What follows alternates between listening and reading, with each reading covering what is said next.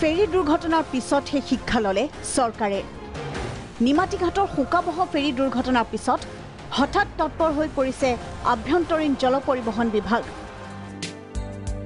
ৰাজ্যৰ জল পৰিবহণ খণ্ডত নতুনকৈ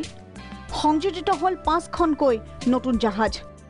বিশ্বকৰ্মা পূজাৰ লগতে প্ৰধানমন্ত্ৰী নৰেন্দ্ৰ মোদীৰ জন্মদিনৰ দিনাই গুৱাহাটীৰ লাচিত ঘাটত মুখ্যমন্ত্ৰী হিমন্ত বিশ্ব শৰ্মাই আনুষ্ঠানিকভাৱে মুকলি কৰে জাহাজ কেইখন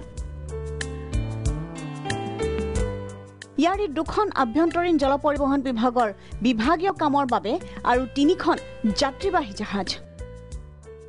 বিশ্ব বেংকৰ আৰ্থিক সাহায্যৰে গুজৰাটত নিৰ্মাণ হৈছিল জাহাজ কেইখন ইয়াৰি এমভি লোহিত চলিব নিমাতী ঘাটৰ পৰা কমলাবাৰীলৈ এমভি সোনাই চলিব গুৱাহাটীৰ পৰা কুৰুৱাৰ মাজত আনখন প্ৰতিমা পাণ্ডে বৰুৱাৰ নামত উৎসৰ্গিত এমভি প্ৰতিমা জাহাজখন চলিব ধুবুৰীত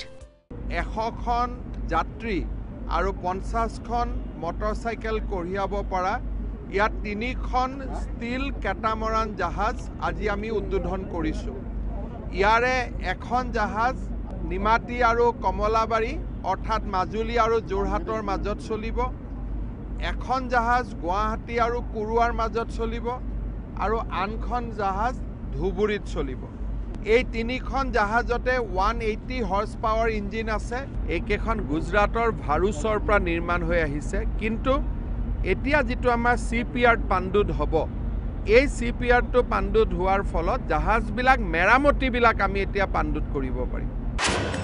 চৰকাৰী ধনেৰে মেৰামতি কৰিব ব্যক্তিগত খণ্ডৰ জাহাজ অসম চৰকাৰে নিজাববীয়াকৈ লোৱা 90 কোটি টকাৰ এক বৃহৎ অভিলাষী আঁচনিৰ জৰিয়তে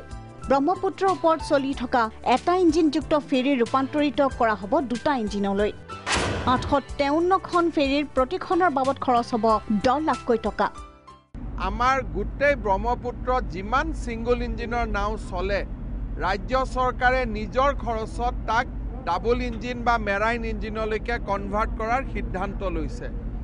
প্ৰায় 853খন জাহাজ আমি মেৰাইন ইঞ্জিনলৈকে ৰূপান্তৰ কৰিম 10 লাখ টকাকৈ খৰচ হ'ব প্ৰায় 90 কোটি টকাৰ এক আঁচনি আমি আৰম্ভ কৰিছো ভাৰত চৰকাৰৰ পৰা ৰাজ্য চৰকাৰে 3খন ৰপেক্স জাহাজ পাইছিলে আমি ৰাজ্য চৰকাৰৰ পৰা আৰু 5খন ৰপেক্স আমি নিজৰ পইচাৰে কিনিবৰ বাবে সিদ্ধান্ত লৈছো তাৰোপৰি ভাৰত চৰকাৰৰ পৰা লাভ কৰা দুখন অত্যাধুনিক ৰপেক্স জাহাজৰ উপৰি ৰাজ্য চৰকাৰে নিজাববীয়াকৈ 5খন নতুন ৰপেক্স জাহাজ ক্ৰয়ৰ সিদ্ধান্ত লগতে অপক্ষীয়াকৈ হলেও আভ্যন্তৰীণ জল পৰিবহণ বিভাগৰ ব্যৰ্থতাৰ কথা দোহাৰাৰ লগতে যোৰহাট মাজুলী সংযোগী দলঙৰ কাম 4 বছৰত সম্পন্ন হ'ব বুলি মন্তব্য কৰিলে মুখ্যমন্ত্ৰী গৰাকীয়ে এতিয়া ঘটনা এটা হৈছে ডিপাৰ্টমেণ্টেও বুজি পাইছে যে কোট কাৰ ভুল আছিল আৰু মই বিশ্বাস কৰো যে তেওঁলোকে নিশ্চয় মনোযোগেৰে কাম কৰিব বহুত মানুহ আছে আইডব্লিউডিত ইয়াতে পদ নালাগে পদত থকা মানুহখিনিয়ে ভালকৈ কাম কৰিলে ভাল হৈ যাব মাজুলী দলঙো আমি 4-5 বছৰ ভিতৰত কৰি দিম গতিকে যিমানে দলং বাঢ়িব সিমানে আমাৰ ঘাটসমূহত প্ৰয়োজনীয়তা কমিব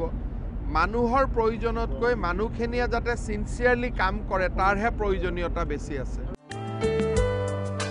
ভিডিঅ' জাৰ্নেলিষ্ট কুশলৰ সহযোগত নৱদীপ চেতিয়া ৰিপৰ্ট প্ৰাগ নিউজ